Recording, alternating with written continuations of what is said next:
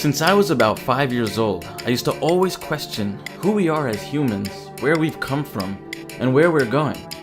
I remember asking my mom all sorts of questions about where humans and gods came from, and reading books about ancient civilizations almost my whole entire life.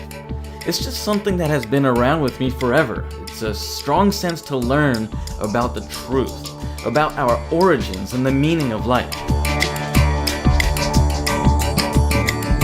As the years went by, from a young boy to a teenager, this urge turned into a calling to go and discover ancient civilizations and their histories. There is scientific evidence of so many things around us that the ancients, who lived thousands of years ago, used lost technology to build such magnificent things around the world, such as the pyramids, or ancient bridges, or temples, or cities, and other structures. There's even proof of ancient machinery and an understanding of the manipulation of energy.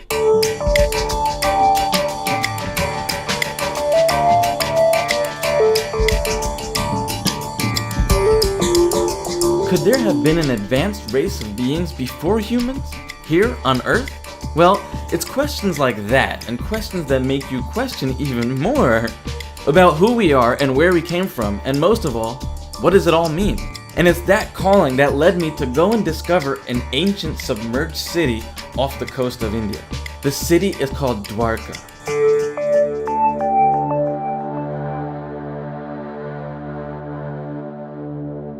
Now, along my journey in learning about this long-lost civilization, I emailed every person I could find associated with the excavations and the archaeological digs that they did many years ago. Something interesting started happening. I realized that I couldn't get a single lead to follow up with me. I couldn't get a single person to answer any calls, return emails, or give me more information. In fact, I received one email stating that they could not work on the Dwarka project or any of my emails under any preconceived notion. And that's just crazy. Take a look at this image.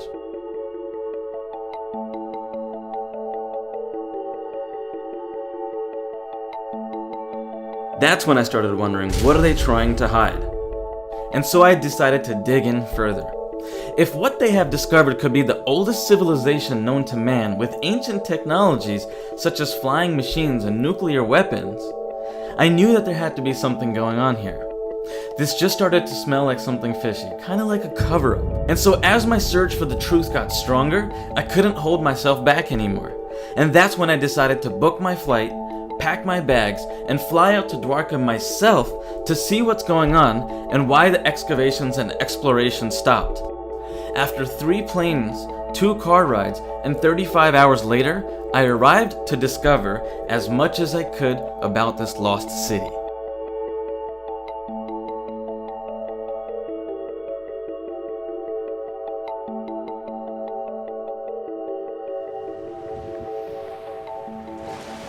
Over the last 4 years, I've been researching this city that's been submerged underwater. And this city could be one of the oldest civilizations known to man. They've found some walls and they've found some stuff that carbon dates 32,000 years ago. Now, when I was younger, my mom used to read me, scriptures from the Bhagavad Gita and tell me about Krishna. I didn't know when I was younger growing up. I thought he was a god, or maybe he was something else. We don't know. The scriptures say he came from another planet, which is just altogether a whole different story. And then we have, the people in the southern tip of India who say he was just a regular man. But either way, it doesn't matter. He was a leader and he was a hero to many. And that's what's most intriguing to me, that thousands of years ago, there was someone who fought these wars and these celestial wars, which basically means in the scriptures, it says that he would fight in the air with chariots, flying chariots, almost like flying saucers. And that was pretty interesting to me, so I started researching it more and more, and so that's why I came to Dwarka, which literally means door or gateway.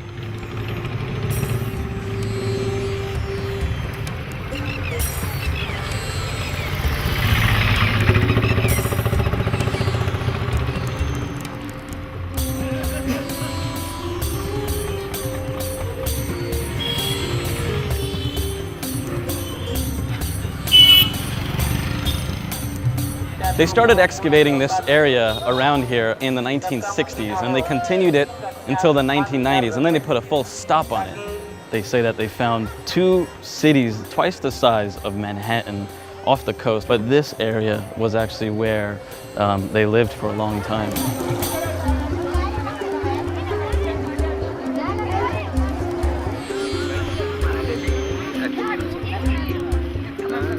No one really understands why they put a full stop on it. I mean, it could literally prove to be the oldest civilization known to man. So I decided to actually come out here and figure it out for myself.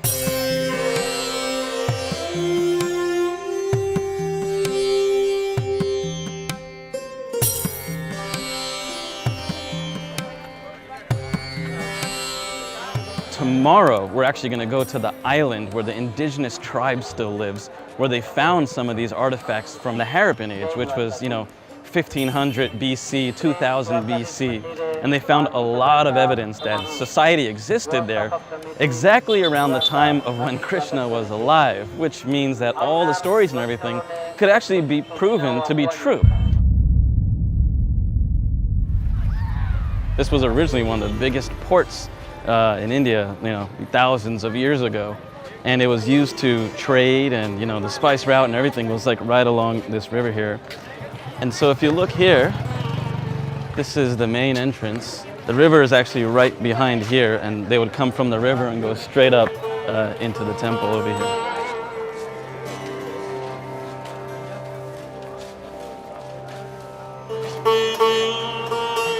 So can you tell me a little bit history about the temple? This is the main temple of Dwarka, and it has a 5,000 years old history. One of the 4 holiest places in India is this temple.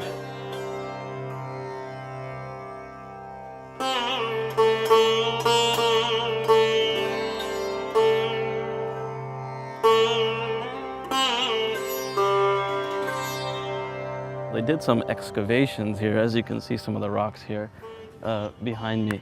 And they found some really cool stuff here, like, shells and stone anchors, and even some old coins that were used for trading a long time ago, thousands of years ago. Some of these rocks here, and you can see all the different shells in here that are stuck in here. This is all like sandstone that's been compressed over time. So it's pretty cool exploring this area and seeing all these different kinds of stones and some of the stuff that they've excavated over the last 20 to 30 years.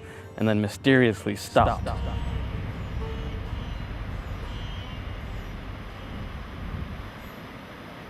The history of mankind is so unknown, and that's the reason why I'm doing this, because I want the history of man to be actually known. I want the truth to be revealed, right? Everyone's always in search of the truth. Where do we come from? How do we exist?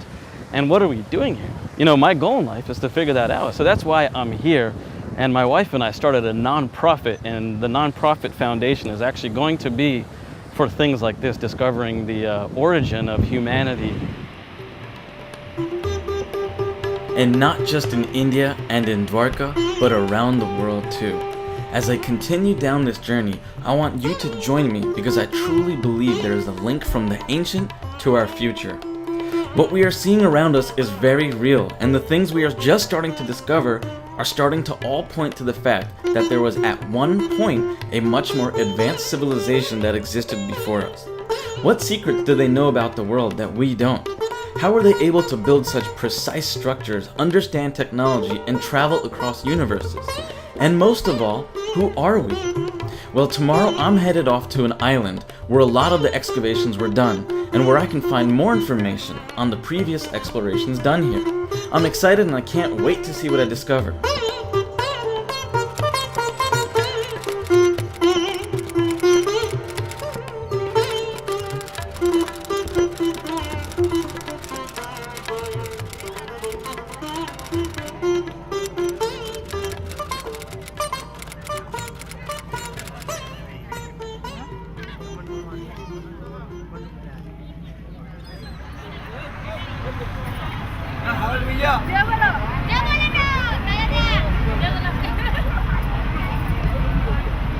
So here we are, I'm on the island of Dwarka. You can see that we took a boat here, and on the other side is the mainland. And this is the island where they found the remains from 1500 BC. And in the ocean over here, this used to all actually be land. Everything that you see water here, and it was all submerged out all the way into the sea over there and into the sea over there, all submerged where they actually did the underwater excavations. So here, we're actually gonna go to a couple temples here and go to a couple of the excavation points. We're gonna go and explore, and it's absolutely amazing here. The energy here is absolutely just vibrant. So you see a lot of these women around me and the men around me that are wearing this. They actually have tattoos all around their arms and their necks. And those are the indigenous tribe of this area and also on the mainland that we just came from. And so those people, they actually only speak one language, and that's called Gujarati. And they don't speak English, they don't speak Hindi, which is the national language, nothing.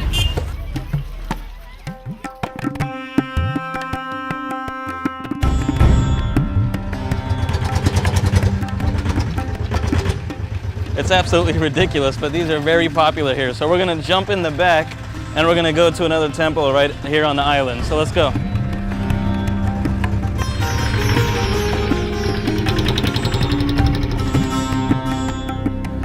So we're here at the other temple, and what they're doing here is everyone is lined up and eating the offering that they've given to God.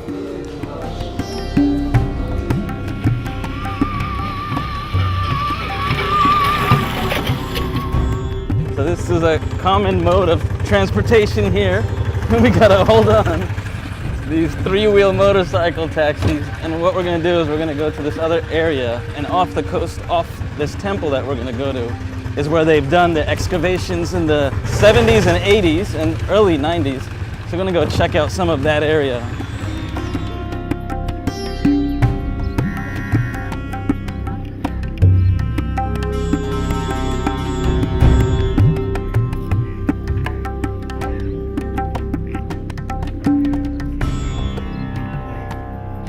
So this is one of the areas where some of the stuff you can see just kind of washes up on shore. So what I've seen here is you have random stuff like this, these round circle stones, and some of this stuff, it has inscriptions on it. You can see some of this stuff was washed up from shore, and out there was a lot of the land that was submerged, and you can actually see the whole entire coast. This is one big island that kind of just wraps around. There's another one back there too.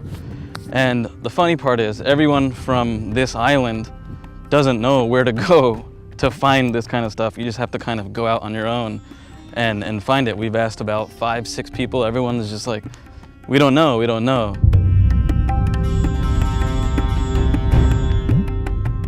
Found some other things as well. Looks like this is pieces of a wall. It's all kind of just broken and coming onto shore, and I'm sure there's tons and tons of other stuff that we can go along the coast and just find, but we actually have to go out and go diving. But the government of India actually banned all of that stuff and put a stop on all of it, which is pretty interesting. The artifacts I found in Dwarka were not just fiction, and I wasn't just finding this stuff randomly. I knew I had to go deeper. Why? Because there's an ancient text called the Mahabharata describing a beautiful city called Dwarka. This ancient text also mentions that Dwarka was built by Krishna and was eventually devoured by the sea, making it a lost underwater kingdom. And so here I was in that exact city, that exact lost kingdom, looking for more information, but no one could help me? Well, the Mahabharata is one of the major Sanskrit epics of ancient India and is actually the longest one as well. There have been many attempts to unravel its history and compositional layers. It is a very complex text consisting of 18 books. These books describe a war between the Pandavas, led by Krishna, and the evil Kauravas, in which 4 million soldiers are said to have died in 18 days. Now, did Krishna really exist during this time? Could such a war have taken place so long ago? Was Dwarka a real city where this war took place? Well, prior to coming on this trip, I discovered that the most significant supporting evidence of this war, evidence of Dwarka, evidence of ancient technology, and evidence of Krishna's existence actually came from astronomical references which were discovered by Dr. Narahari Achar, a professor of physics at the University of Memphis, who is the world's foremost researcher of the astronomical events described in the ancient texts. Traditionally, Indians have believed that the war took place about 3000 BC, but modern scholars who have a more critical approach to the study of the epics take a different view. Professor Achar said that there are many types of astrological events referred to in these ancient texts, consisting of eclipses and comets and conjunctions of planets with different stars.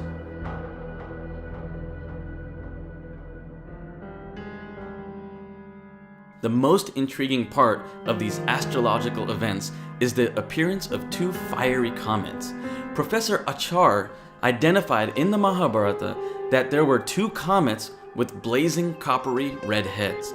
These two comets were mentioned in not just one book, but two of the books of the Mahabharata, namely the Udyoga and the Bhishma Parvas. In conjunction with these comets, he noted that the texts also mention that Saturn was at Aldebaran and that Mars performed a retrograde motion near Antares. Professor Achar then used several different pieces of astronomy software to determine the date in the Mahabharata and the existence of Dwarka.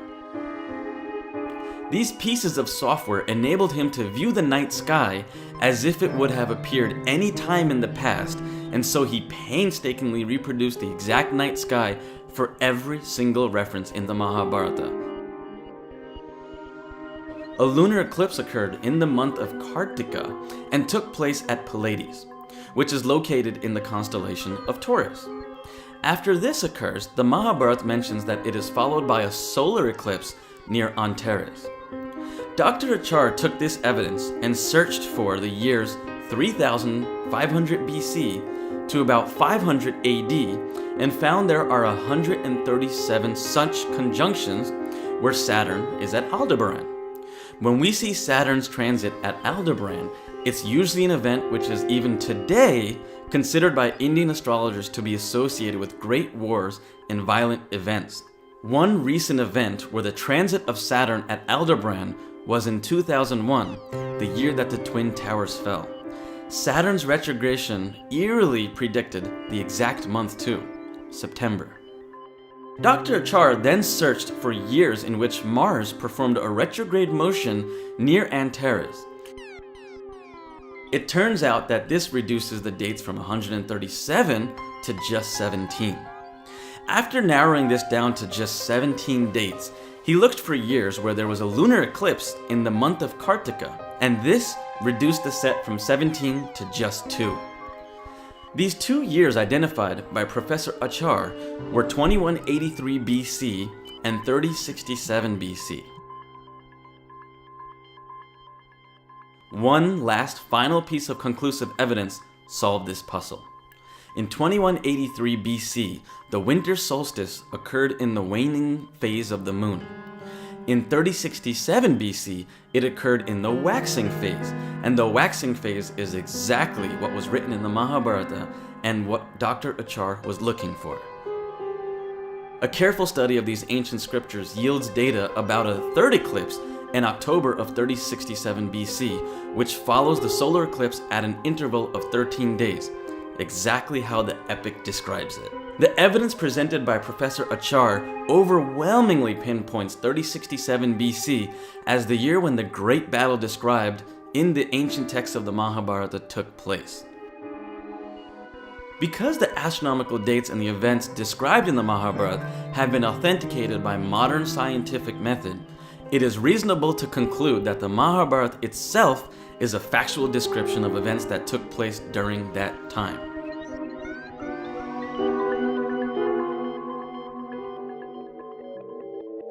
As I dug in more, I found references to Dwarka and references to flying machines, or what are commonly referred to as Vimanas in the ancient text.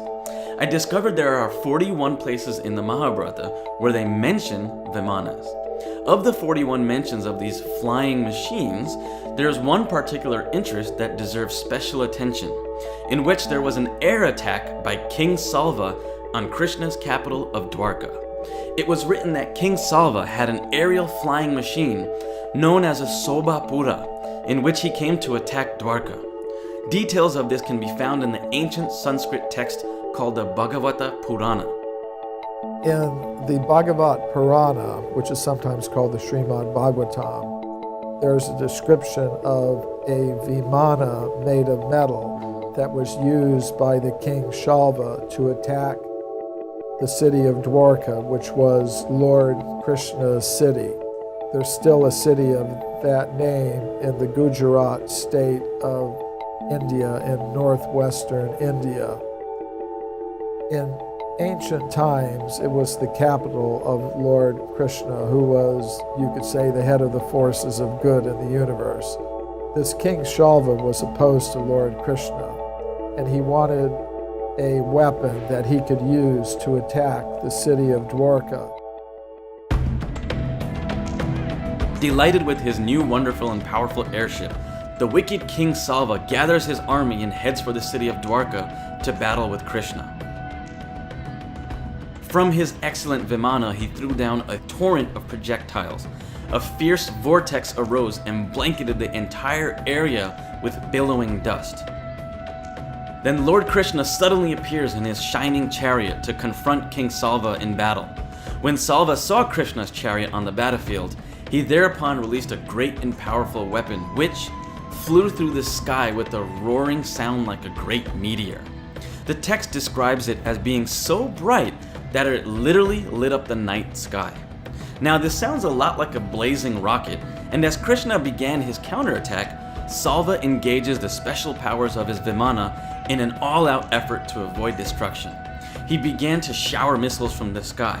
Krishna at last threw a powerful ground-to-air weapon which hit the plane in the middle and broke it into pieces. The damaged flying machine fell into the seas of Dwarka. This Vimana was used to attack the city of Dwarka. In the end, Lord Krishna shot it down and it crashed into the ocean off the coast of Dwarka. So that's an example of a Vimana made of metal. And it had a very unusual flight pattern. It said it could appear several places at once and then come together in one form again. So it appears to have had an ability that modern militaries are developing, the ability to fool the defense forces of a country into thinking that there are many different attacking aircraft when in fact there's only one, and this will confuse, say, the radar detection systems.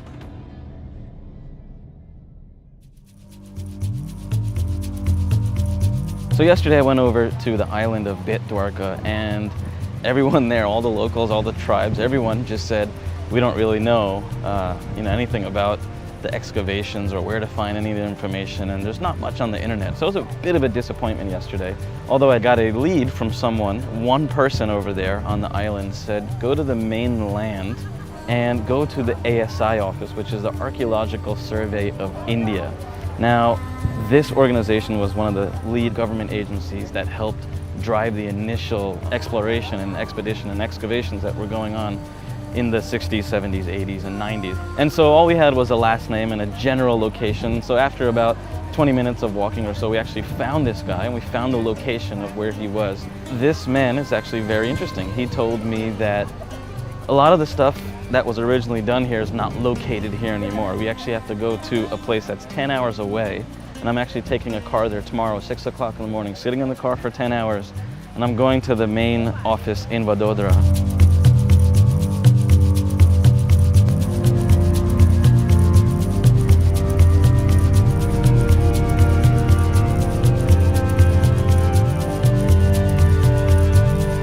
The man at ASI also said that S.R. Rao is the original man who led the excavations here in the 80s.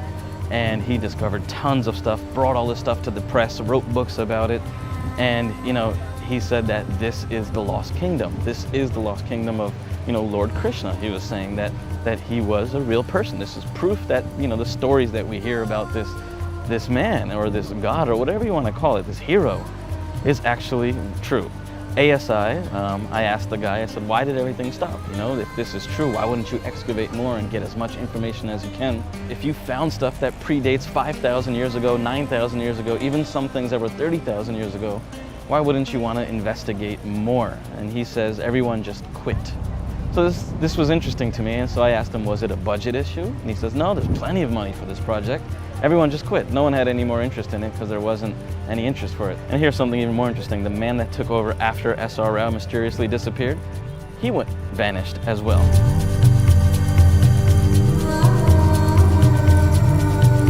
Now, how can two people and a whole team of like 30 people just go away and this whole project comes to a halt? So I said, this is getting even more interesting. Did he find something that they don't want to tell people? Is there some kind of cover-up here? Is there some kind of conspiracy?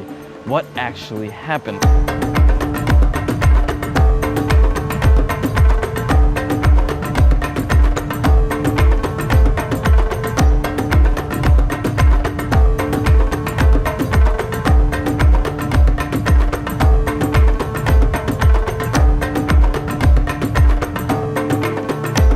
So here I am in Vadodara. It took about 10 hours to get here, long journey. And so today in the morning, I went over to ASI, which is the head office that I was told to come to.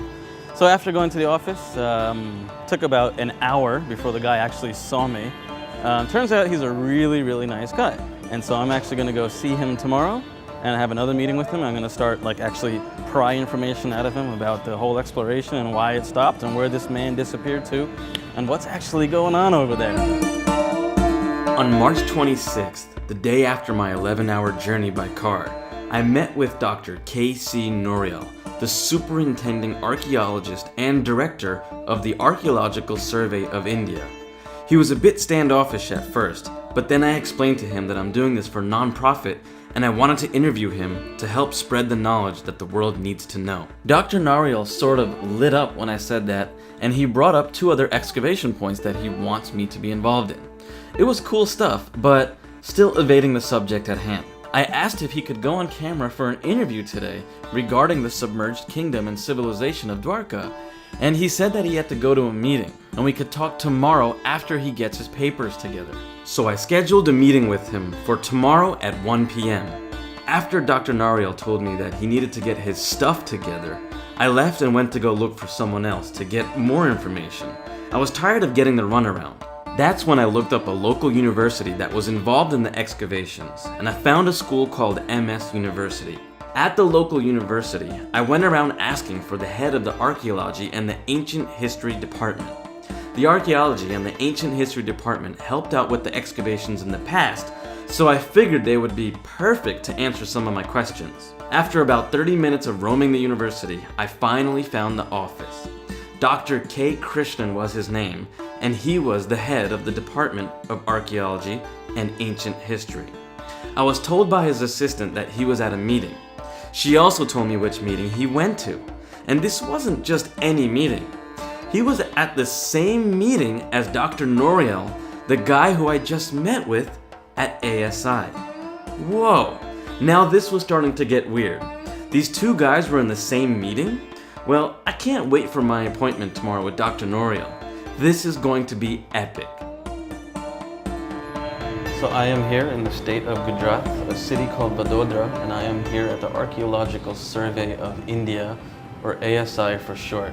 I've set up a meeting here with Dr. Noriel, and he is a doctor in archaeology and has been studying India for quite some time, especially the state of Gujarat. The history of Dwarka was known as the ancient city of Lord Krishna. You know, there's a lot of controversy as well around whether it was actually the city of Lord Krishna or not. So from archaeological perspective, there is no doubt that Dwarka was a city, and once upon a time a very flourishing city which was enjoying Arab-India trade. But to relate them with a particular city of a particular time period is a moot point and right now debatable point, and their argument sound convincing. Yes, this was once upon a time a flourishing port city on the west coast of India. Okay. Any particular reason why they stopped the excavation, or What is the reason? No, if- I if- think if- no.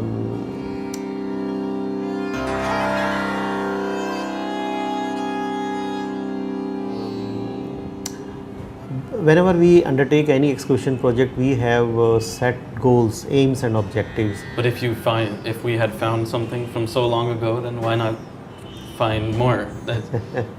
Is it funding mostly? or- No. We don't have any problem of funds.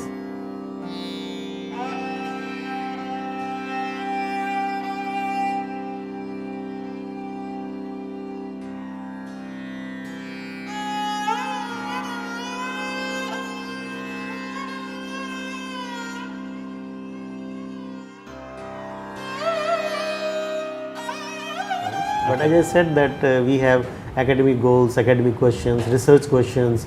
So once we have realized we don't see any point in going further unless more research questions are framed, and then we plan to find answers to them. Okay. One more question. In the ancient scriptures, they talk about using vimanas. Vimanas. Yes. Which are basically saying flying chariots. You see, one can build up n number of theories, but then the central issue is how to substantiate that. What are the conclusive proof to support that? So this is, as far as I understand, maybe a fig of imagination. After I left the ASI office, I cruised on over to the Archaeology and Ancient History Department at the local university where I was looking for the same guy I went looking for yesterday. I walked over to the university and finally found Dr. Krishnan at the Ancient History Department.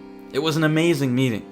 He mentioned to me that he did not want to be on camera because he didn't want to be the one known to give this away or to talk about this. He said that the government put a stop to the excavations because of politics, but he believes that if the people from outside of India push for it, they will reopen the excavations and the research. He actually put together a whole entire presentation that he was supposed to present in front of the government about the underwater kingdom, but then the government never got back to him. He is a true believer in having the truth revealed, and he said that he would help me in any way possible. He was totally on my side to discover this ancient civilization submerged underwater. He actually asked me to push forward on my mission. He really believes there's something in the submerged city and civilization, and there's tons of proof.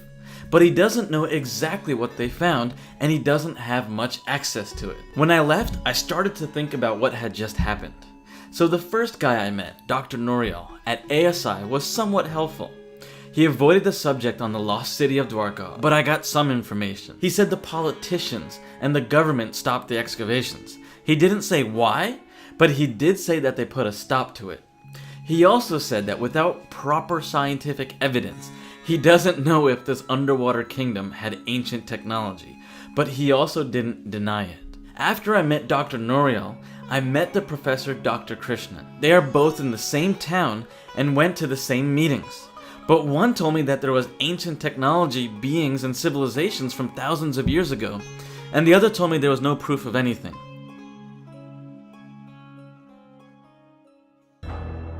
Sanskrit scholars and other non-Hindu intellectuals tend to look at such tales as if they were nothing more than highly imaginative mythology with no basis in fact. No doubt over time such stories have been embellished with religious overtones, but the often highly technological details embedded in some of these early texts remain difficult to explain.